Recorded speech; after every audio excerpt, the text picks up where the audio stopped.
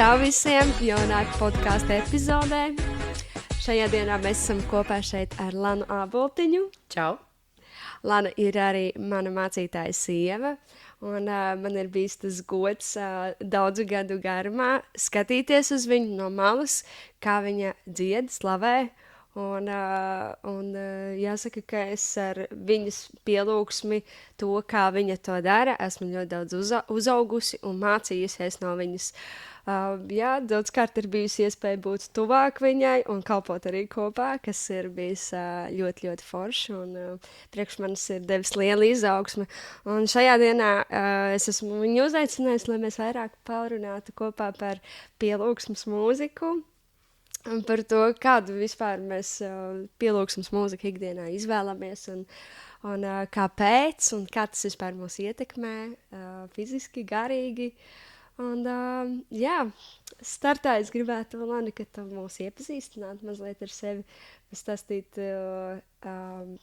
kad tu vispārībā pie Dieva nāci, vai tu vienmēr biji kristiete, piedzimi kristiete, vai kāds ir tavs stāsts? Tāda mans vārds ir Lana. Es nāku no Bauskas rajona, no ļoti jaukas latviešu ģimenes, bet es uzaugu necīgā vidē, un 15 gados es aizgāju dzīvot Jelgavā, kuras mācījos muzikas vidusskolā, un tur es satiku kādu meiteni, kas mani uzrunāja un uzaicināja uz draudzi, un tur es arī pieņēmu Jēzu, iepazinu dzīvi ticību, un sāku sekot viņam. Protams, 15, 16 gadi, pēc tam jau kalni un ielejas un posmi, atkrišanas posmi un nākšanas atpakaļ. Un tad ap 19 gadiem tad, man bija tāda otra atnākšana pie Jēzus, kad es pieņēmu lēmumu, ka es iešu tikai vienu ceļu un sakošu Jēzum. Un jā, no tā laika daudz ir noticies. Es atradu savu dzīves draugu Kristapu, par ko mēs pieminēja. Mums ir piedzimuši 4 bērniņi, un tāpēc ir daudz darba ikdienā. Ir liels skrējiens ar draudzi, ar kalpošanām, ar ģimeni. Bet tāds ir tas mans stāsts šobrīd. Tik tālu esmu nonākusi. Tik forši, tad mēs dzirdam to, ka tu jau ar mūziku bija saistīta pirms tu vispār izvēlējies dziedāt slavēšanas mūziku. Jā, sākums vairāk bija tas, ka es biju sava tēta, tāds nepiepildītais sapnis. Man ļoti muzikāla ģimene ir, un viņi vēlējās, lai es eju akadēmiskajā mūzikā. Un tādēļ es jau 4 gadu vecumā sāku spēlēt klavierus un gāju caur mūzikas skolu 4 gadu vecumā. Kaut kas jauns man. Jā. Un rakstīju notiņas un tad bija mūzikas skola, mūzikas vidusskola, mūzikas akadēmija. Tas viss tika izdarīts, un es to redzu kā ļoti lielu svētību, jo tas, kas bija ielikts manam tētim kā sapnis, Dievs to lieto savam godam, visas tās zināšanas, viss tas, ko es iegūšu šajās skolās, ļoti, ļoti kalpo tagad gan man pašai, gan citiem apkārt. Cik forši, ļoti iedrošinoši. Un kad tu sāki pievērst savu skatu pielūgsmes mūzikai uzreiz, kā tu atgriezies, tā tu sāki klausīties un dziedāt pielūgsmes mūziku, vai kāds bija tas ceļš, tev vispār patika, nepatika, vai kā to vispār varētu? Tā bija mana dabiskā vide, mūzika bija mana dabiskā vide visu laiku, līdz ar to man interese uz pielūgsmes mūziku jau bija no paša sākuma, un tā dziļāk ejot arī šī meitene, kas uzrunāja mani atnākt uz draudzi, viņa man aicināja palīdzēt svētdienas skolā mācīt bērnus dziedāt. Jo acīm redzam tur dāvans un tā. Un tā es nonācu jau ar svētdienas skolas dziesmiņām, bet es vēl nebiju atgriezusies, ka es jau dziedāju jau priekšā dziesmiņas draudzē, kas tāds liels brīnums ir. Un tas bija viens tāds spēcīga lieta, kas arī man ļoti uzrunāja tieši dziedot šīs dziesmas. Svētais gars ļoti darbojās pie manas sirds. Un tad, kad es atgriezos, tad burtiski es nevarēju attiet no klavierēm. Mums tādas mapas tajā laikā bija melnas mapas pilnas ar dziesmām, numurētas. Un es nevarēju attiekt no klavierēm mājās, ja es nebiju izgājuši lielākajai daļai cauri no viņām, tās, kuras zināju. Tāpēc es to ēdu ļoti daudz, paralēli tam, ka es mācījos lasīt Bībeli. Es ļoti daudz laika pavadīju stundas, pavadīju ikdienā slavēšanā. Un pēc tam arī muzikas vidusskolas laikā, tas atgriešanās notika muzikas vidusskolas laikā, tad arī klasē bieži vien bija tas laiks, kas bija jāvelta mācoties partitūras un klavieres un visu diriģēšanas un visu to. Tad tā vietā es izvēlējos pasēdēt stundas, vienkārši slavējiet un reizēm meitenes, kas bija vēl ticīgas no skolas, viņas pievienojās un mēs tur bariņā jau vienkārši slavējām skolā, kas bija ļoti, ļoti forši. Nu jā, tādā veidā tas bija tas sākums, kā es iepazinu slavēšanas mūziku. Un tikai ar gadiem es sāku aptvert to, cik liels spēks ir tajā, cik ļoti liela ietekme tā ir uz mūsu dzīvi. Kaut kā Dievs deva žēlstību vienkārši to iepazīt, vēl pirms es aptvēru to svaru tam. Ok, cik forši. Kas vispār tad ir pielūgsmes mūzika? Kā to atšķirt no pasaulīgas mūzikas? Kāds viņai tas svars ir citādāk? Jā, pielūgsmes mūzika manā izpratnē ir mūzika, dziesmas un arī instrumentāla mūzika, kas ir vērsta uz Dievu, kas dod godu, dod slavu, pielūdz dzīvo vienīgo Dievu, kas ir uz Kristu centrētas, un kas ir pilns ar bīblisku patiesību un to, ko Dievs mums saka. Un tāpēc ir viegli uzrakstīt dziesmu, kas nav kristīga, bet kur iekšā ir vārds Jēzus, piemēram, vai Dievs, vai pat kaut kāds stāsts no Bībeles var gadīties, bet ja tas ir sagrozīts, tad tā nav pielūgsmes mūzika, jo Dievs savā vārdā ir aicinājis, ka mums viņu būtu pielūgt garā un patiesībā. Tas nozīmē patiesība, tas ir viss, ko viņš ir teicis, ir patiesība. Un ja kaut kas mūzikā vai dziesmā neatbilst, un es runāju tieši par dziesmām, jo pēc tam mums, jo mūzika, pat instrumentāla mūzika būs vairāk no tā, kāds ir tas cilvēks, kas šo mūziku sarakstīs.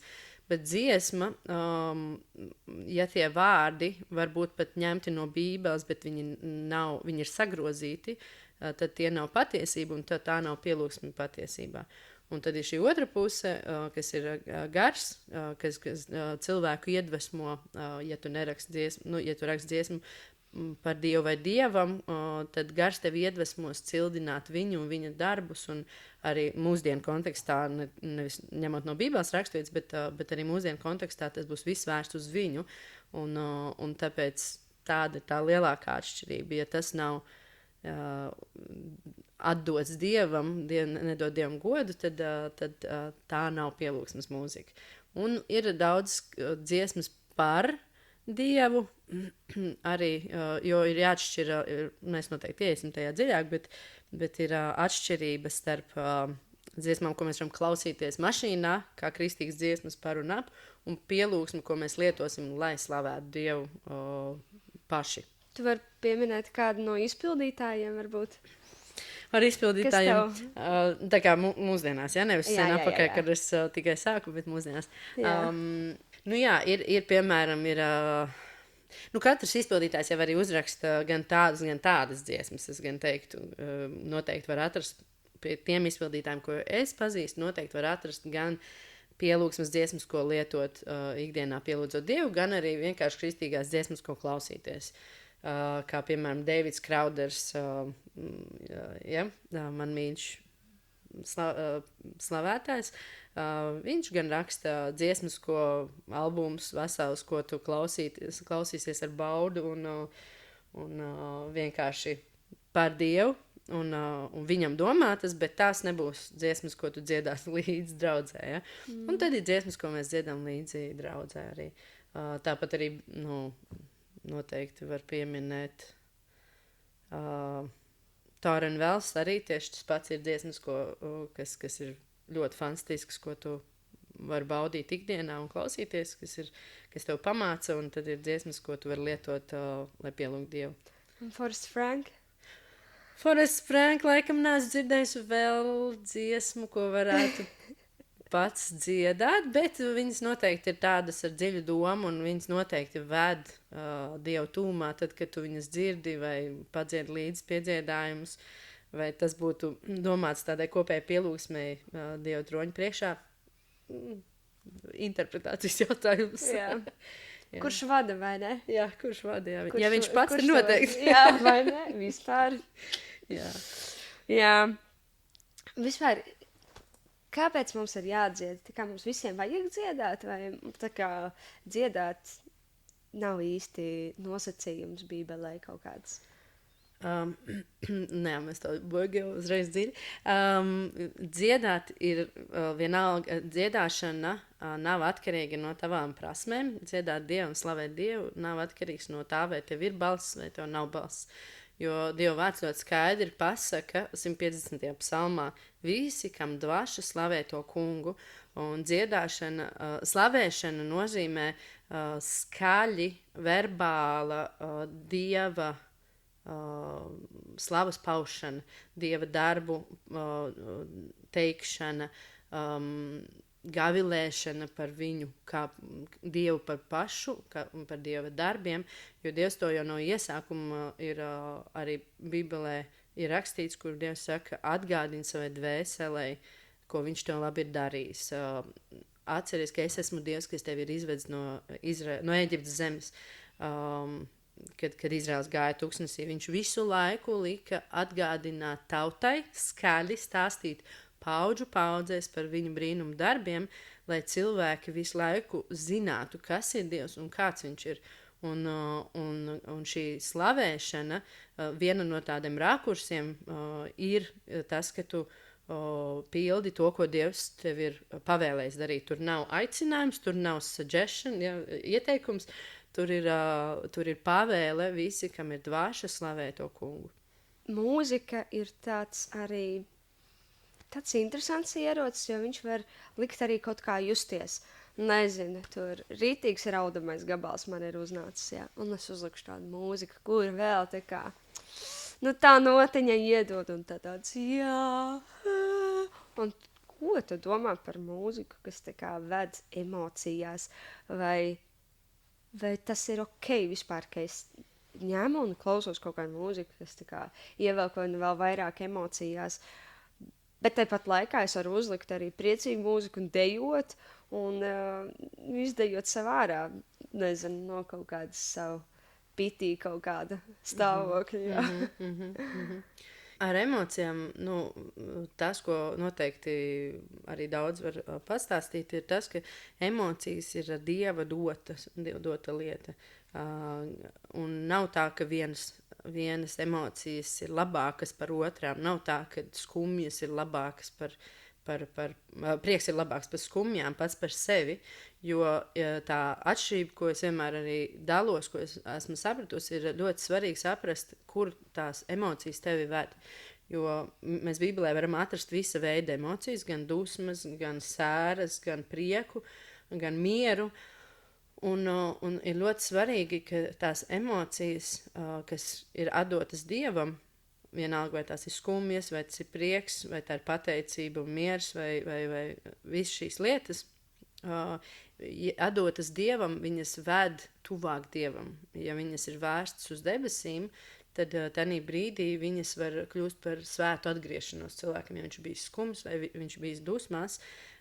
Ja tas ir tādā pasaulīgā veidā, tu mēģini kādam cilvēkam tur vairāk dabūt no viņa ārā kaut ko ar tām savām vienalga skumjām, depresiju vai dusmām, tad tas tikai vairojās. Pasaulē tas, kas tevi, piemēram, tāda vēlme pēc prieka, cilvēciskā veidā tevi novedīs tur tusiņos un klubos.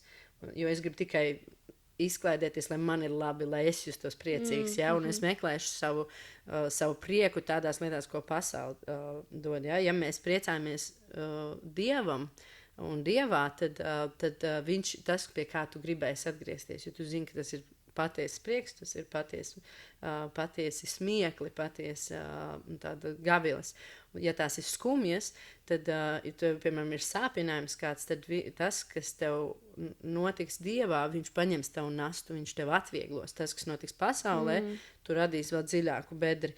Un tas, ko tu runāji par mūziku tajā, ir svarīgi, ja mēs klausāmies, es tagad nevarēšu no galvas pateikt nevienu tādu pasaulīgu izpildītāju, ja, bet ja tu klausīsies kaut ko depresīvu, kas ir par un ap to, kā mēs slikti jūtamies, tas būs tieši tas pats, kā mēs runājamies ar kādu tikpat depresīvu cilvēku par depresiju. Ja? Mēs abi vienkārši būsim vēl depresīvāki. Ja? Bet ja tu līdzīgi kā Dāvids, kurš atzina to, ka viņam ir trūkums, ka viņš ir nepilnīgs, ka viņu vajā, ka viņam ir skumji, ka viņam ir sēras, viņš vienmēr to atdeva Dievam, un tad ir šis sela mirklis, kurā viņš apstājās, un tad viņš saprot, jā, viņš atdeva to Dievam, un viņš saprot, bet tu esi kungs. Vienalga, kas notiek, vienalga, kas notiks tālāk, es zinu, ka tu esi kungs pāri visām lietām. Un tas arī dod šo augšām celšanos, ja, no šīm depresīvā stāvokļa, vai no dusmām, vai no sērām. Līdz ar to tā mūzikas izvēle ne tik daudz, ka būtu skumjos brīžos jāizvēlās skumjas dziesmas, bet par to, ka tām būtu jābūt ticību ceļošām dziesmām. Vienalga, vai tās ir mierīgas dziesmas, kas tev nomierina, vai priecīgas dziesmas, kas tev iedvesmo celties, bet tam būtu jābūt kaut kam tādam, kas tev ved apakaļ pie skatu uz augšu. Okay. Ja ir tik svarīgi tas, ko mēs izrunājam ar savu muti, jā. Bībelē mēs varam lasīt to pantu, kur, ja tu ar savu muti apliecinās, jā, par Jēzu, jā, tur par glābšanu, tad var tikt glābts un ir, jā, dažādas raksturvietas par muti un tās pielietošanu un tā. Bet kā ir ar mūziku? Ok, dziedu kristīgas dziesmas, tāda safe zona. Bet, ja es tur veikalā dzirdu jau 10. reizi vienu un to pašu dziesmu, un man jau vienkārši es sev sāku netīšām tur dziedāt liedzi, vai varbūt ne jau vairs netīšām, bet tā kā tāds, foršs bītiņš, jā.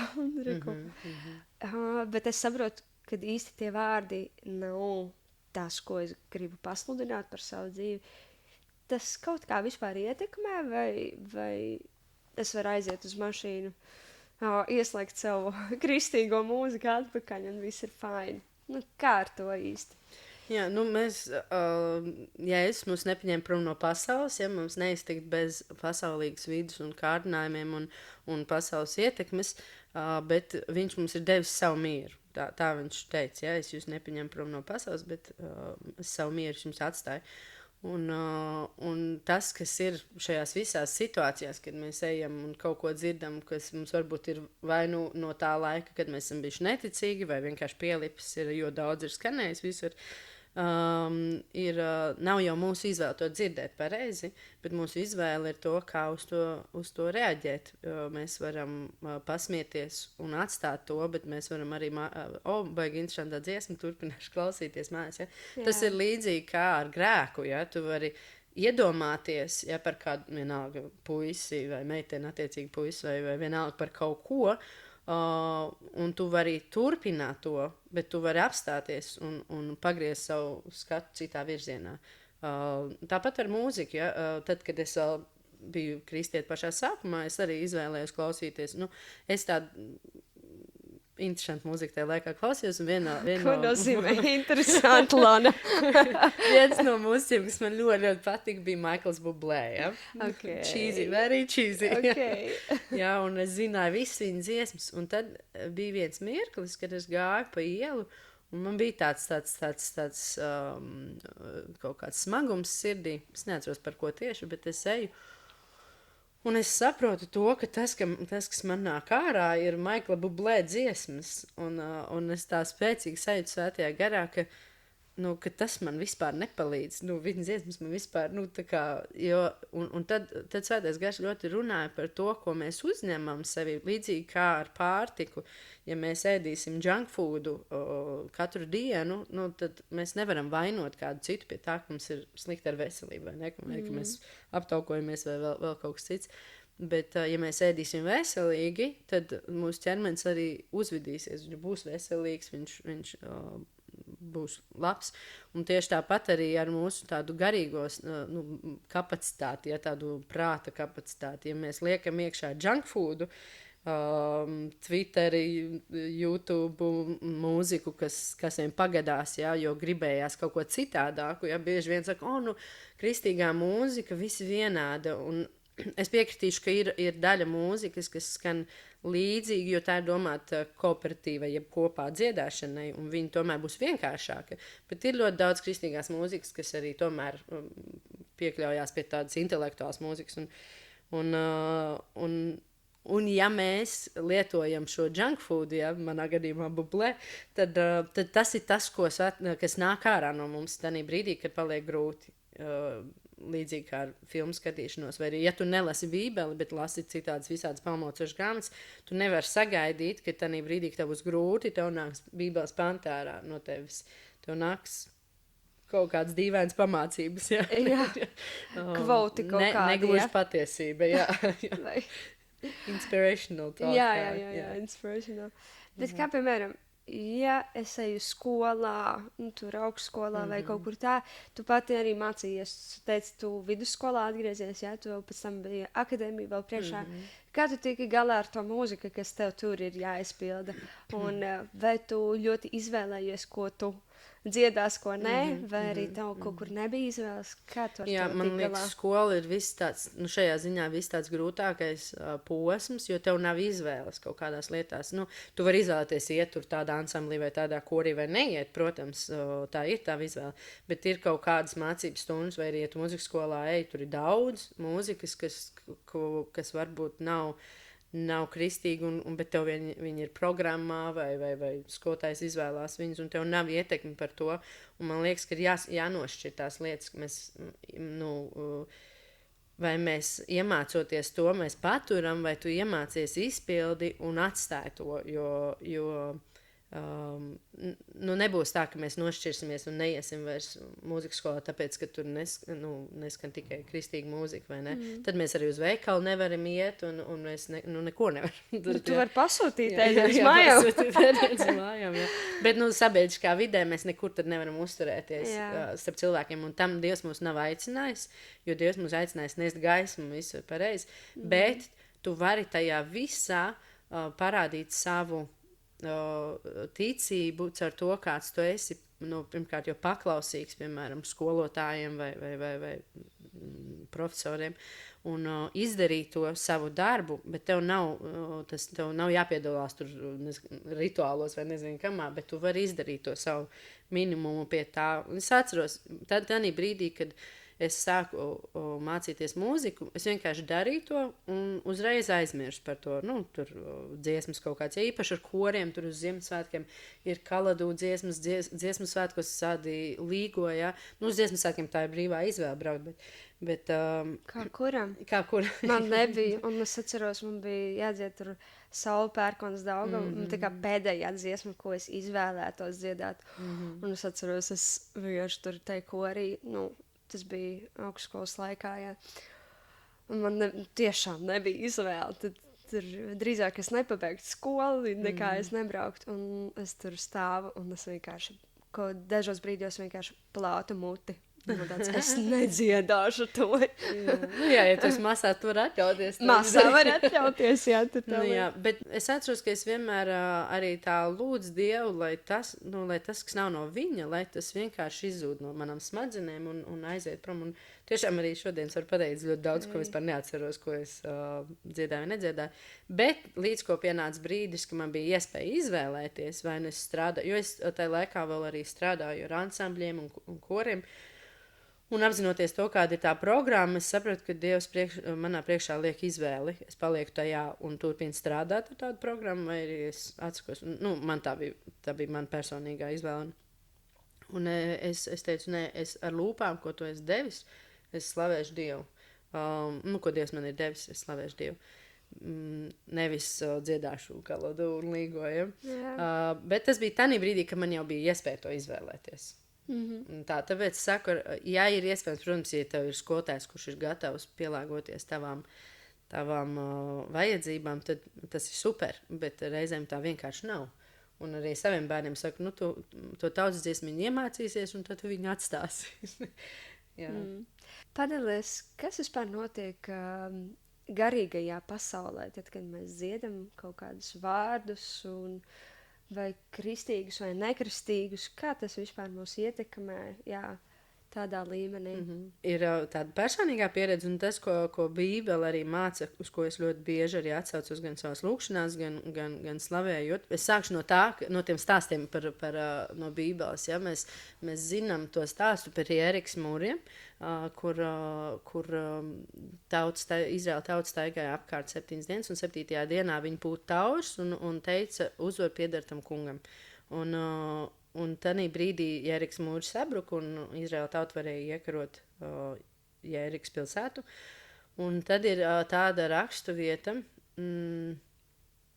kur Saulu bija apsēduši ļaunie gari, un Dāvids nāca un spēlēja. Tur nebija rakstīts, viņš dziedāja, bet viņš spēlēja mūziku. Bet tā kā Dieva gars bija pār Dāvidu, tad, kad viņš spēlēja šo mūziku, tad ļaunie gari atstāja Saulu. Un tad ir tāda rakstu vieta, kas ir, kad tika uzbūvēts templis, tad visa Izraēla tauta, visi tie levīti, viņi pūta taures un slavēja Dievu skaļā balsī. Un tanī brīdī izklausies tā, kā būtu viena balss un viena skaņa, kas slavētu Dievu. Un Dieva godība, kā mākonis, piepildīja templi tā, ka kalpotāji, kad viņiem bija jākalpo draudzē, viņi to nevarēja izdarīt. Un tad tā vēl ejot priekšu, mēs zinām jaunajā derībā šo stāstu par Pāvilu un Sīlu, kad viņi Dievu slavēdam cietumā, redzēja, kā notrīs zeme un viss vairs nokrīt. Un mēs zinām, pēc Bībeles, tad mums jau ir daudz raksturvietas dotas, par to, kas notiek, kad tiek pasludināts Dieva vārds un kad tiek skaļi slavēts viņš. Tad, tāda personīgā aspekta, es zinu to, kad katru reizi, kad es izvēlos viņu slavēt, vienalga, kā es jūtos, vienalga, kāds ir mans stāvoklis, fiziskais vai emocionālais, es zinu, ka Dievs vienmēr pagodināsies caur to kaut kādā veidā. Un ir bijuši mirkļi, kad Dievs vienkārši dod mieru vai prieku, un ir bijuši mirkļi, kad Dievs dod garīgu tādu atrisinājumu kaut kādām lietām. Es atceros vienu specifisku reizi, kad mēs lūdzām Dievu pirms pasākuma, un es ritīgi jūtu, ka tāds smagums un tāds dusmas nāk, un neviens nebija sastrīdējis, bet tu jūti, tā atmosfēra ir tāda, ka tu saproti, ka garīgā pasaulē ritīgs karš notiek, un mēs vienkārši sākām slavēt Dievu, un tu jūti, ka līdz ko tu pasludini Dievu vārdu caur šīm slavas dziesmām, tā vēlnam tiek aizbāzta mute. Un tādā brīdī apklūst visi ienaidnieki tās runas, jo tur, kur ir Dieva vārds izteikts, tā kā slavēts, tur vienkārši sātnam viņam tas nepatīk, un viņš bēg no tā. Un tas arī Bībelē ir rakstīts, ka tad, kad mēs slavējam Dievu, ir vienā no praviešu grāmatām, tagad pēkšņi vairs neatceros, protams, kurā, bet bija rakstīts, ka tas ir kā, slavēšana ir kā svētku drēbes, ko mēs uzvalkam, ja? Kā tādas tīras drēbes, tas nozīmē, mēs no tāda, ja mēs esam kaut kur noķēpājušies, kaut kur vainīgi bijuši, kaut ko sastrādājuši, tanī brīdī, ja mēs uzvalkam šīs svētku drēbes, viņš mūs nomazgā, viņš mūs atkal šķīsta caur to, caur to, ka mēs tuvojamies viņam. Un vēl slavēšana, tu pat pieminēji, ir kā ierocis, ja, ko mēs redzējām Bībelē, un bieži vien, kad mēs slavējam, tā ir jābūt tādai uzvaras pasludināšanai, jo mēs zinām, ka Jēzus jau ir uzvarējis, viņš jau ir visu izdarījis pie krusta, un viss ir piepildīts, un mums ir tikai jāpieņem šī uzvara. Un tas, ko Bībele māca, ka tad, kad mēs slavējam skaļi, nevis domās, nevis kaut kur sirds prātā, bet skaļi pauzdami viņa slavu un viņa darbus, mēs ceļam savu ticību, jo ticība raisās no dzirdēšanas. Un tāpēc mēs ceļam savu ticību, un tad tādā vietā, reizēm liekas, ka nenotiek kaut kāds brīnums, jo tu gaidīji, bet nekas nenotiek. Bet ja mēs ticībā slavējam Dievu par viņu uzvaru, pasludinām viņu uzvaru, tādā brīdī mūsu ticība ceļās, un tāpēc, ka mums ir tā sinepju grauda ticība, ja, vai pietiekama, mēs ceļam savu ticību, Dievs var darboties, un Dievs var izdarīt to savu brīnumu.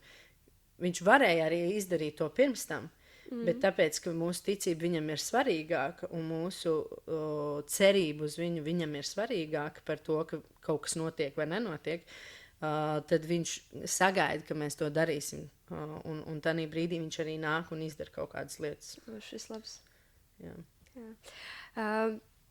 Tu stāsti par to, kā darbojās tā mūzika, ja, garīgā pasaulē, tavu pielūgsmu un tā, bet ja cilvēks, piemēram, nav īsti atgriezies, varbūt tu varēsi no savas pieredzes arī pateikt, kā tev tas bija, cilvēks nav atgriezies, viņš īsti nav vēl pieņēmis Jēzu sirdī, bet viņam tā kā interesē tā kristīgā mūzika, vai viņa tāpat darbojās tajā garīgajā pasaulē, vai arī, ja tu neesi Jēzu pieņems sirdī, tad īsti tu vari dziedāt jebko.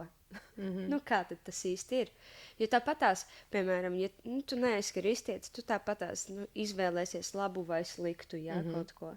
Tu izvēlēsies dziesmu vai tur ar lama vārdiem, vai arī kaut ko vienkāršāk, jo ir skaista mūzika. Tāpat tā kā cilvēku šķiro, bet vai kaut ko maini tas, ka tu izvēlēsi to kristīgo mūziku? Tas ir tāds labs jautājums. Man liekas, ka ir tādas divas šķautnes tam.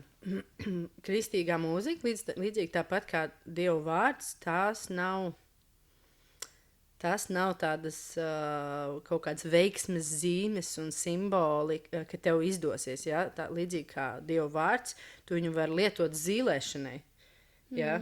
Un tāpat arī ar mūziku tu vari domāt, ka tāpēc, ka tu izdziedāsi labas lietas, ka tas tev tāda labklājības tāda pozitīvā domāšana, ja?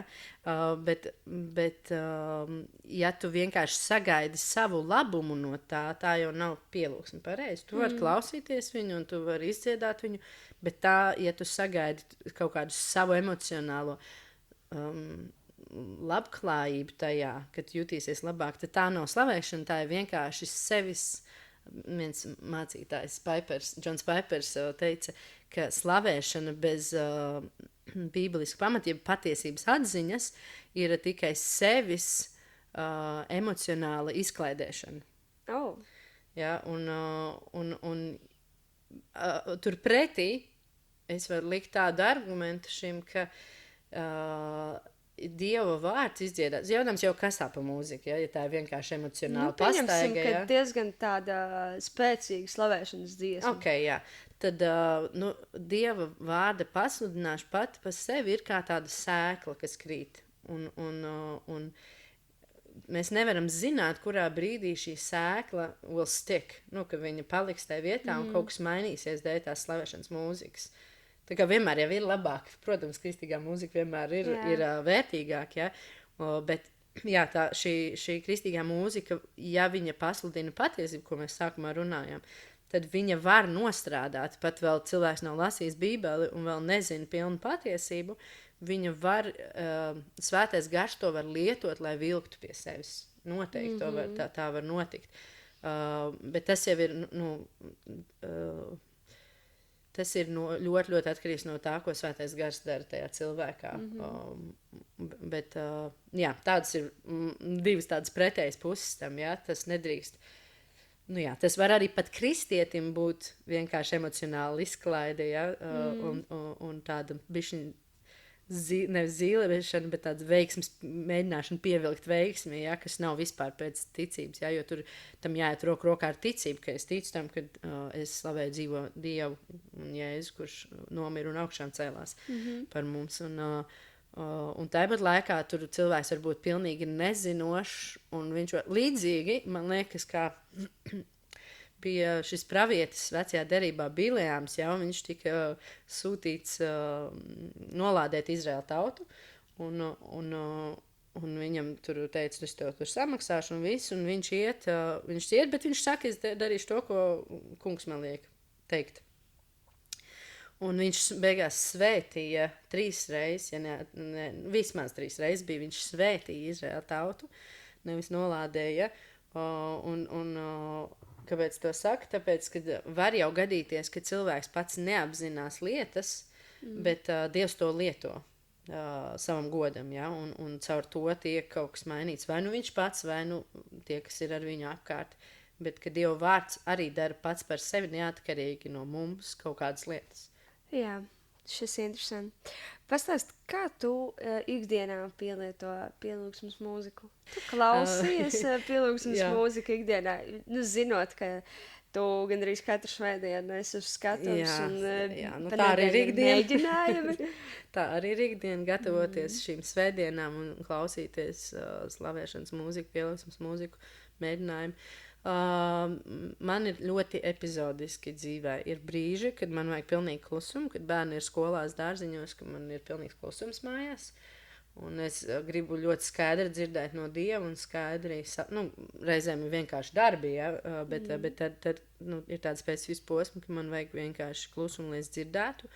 Un arī tāpēc, ka es mēdzu rakstīt dziesmas, šie klusie posmi man dod tādu laiku satvērt to, kas nāk no manas pašas ārā. Kad es varu kaut ko pati radīt Dievam no savas sirds. Varbūt tas būs tikai tai dienai, tikai tam brīdim, tikai manam kambarim, bet var gadīties, ka tas aizaug kaut kā tālāk. Un tad ir posmi, ka man ļoti patīk klausīties jaunu mūziku. Meklēju, tā kā visu laiku, ja es nezinu nosaukumu slavēšanas komandai vai ko, tad es gribu paklausīties vienalga, cik tas būs kvalitatīvāk vai nekvalitatīvāk, jo, kā mēs zinām, ir dažādi līmeņi, bet es gribu jaunu dzirdēt, jā, jo es esmu pateicīga par to, ka Dievs dara arvien vairāk dažādas pielūgsmes mūzikas un mūzikas stilus. Un tad ir posmi, ka man vajag dzirdēt visas vecās, labās slavēšanas dziesmas un visu, ko es jau pazīstu. Un es vienkārši tādā staigā pa māju dziedādam visu to, ko es zinu līdzi. Un visus vārdus zinu dziesmām.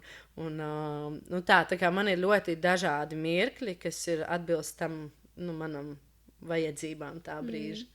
Tev ir bijis arī tāds posms, varbūt, kad tev ir kaut kāda viena dziesma, bijusi kaut kādai sezonai, kurai tu izēji cauri, ka tā dziesma visu laiku tie vārdi atnāk atpakaļ, un tad tu viņu dziedi, un tev tāds, jā, es ticu uz to, es pasludinu, vai... Jā, es īstenībā gribēju, pirms mēs tikāmies atrast vienu dziesmu, tad, kad es atrados slimnīcā ilgstoši, bija viena dziesma, es teikt neatceros vienu nosaukumu, bet tur bija par uzvaru, un ka ne vējš, ne vētra, tā nebija tipiska tāda pielūgsmes dziesma, tā ļoti nezināma dziesma bija, bet es vienreiz viņu dzirdēju tajā laikā, kad es biju slimnīcā, un ļoti, ļoti viņa visu laiku vijās cauri pēc tam, kad es biju mājās, es visu laiku viņu spēlēju, dziedāju, jā, ir tā ik pa brīdim, ka ir kāda dziesma, kas iekrīt, un tad viņi iet ilgstoši tādam posmam cauri, jā. To diemžēl es pēkšņi vairs neatceros, laikam tas tiešām bija tikai tai sezonai, ka man vairs nav jāzina. Jā, tagad man ļoti spēcīgi skan Goodness of God jau ilgāku laiku, jā, manā dzīvē. Tā. Cik interesanti. Jā, paldies tev par to, ka tu padalījies šajā epizodē tik daudz, un mēs tūlīt rakstīsim arī nākamo epizodi, lai mums ir vēl ko parādīt, jo mēs gribam vairāk parunāt par to, kā tas ir kad pielūgsme ir kā dzīvesveids. Ka tā nav vairs tikai dziesma, bet tā jau realizējās mūsu dzīvē, un ka mēs paši esam tie pielūdzēji, ja? Un kādai tai mūsu dzīvē ir jāizskatās. Tā kā, jā, es ceru, ka tev šī epizode, šis podkāsts iedrošināja. Paldies, Lanai! Paldies tev! Forši, ka viņi varēja būt ar mums šodien kopā. Un, jā, tikamies citā reizē. Atā!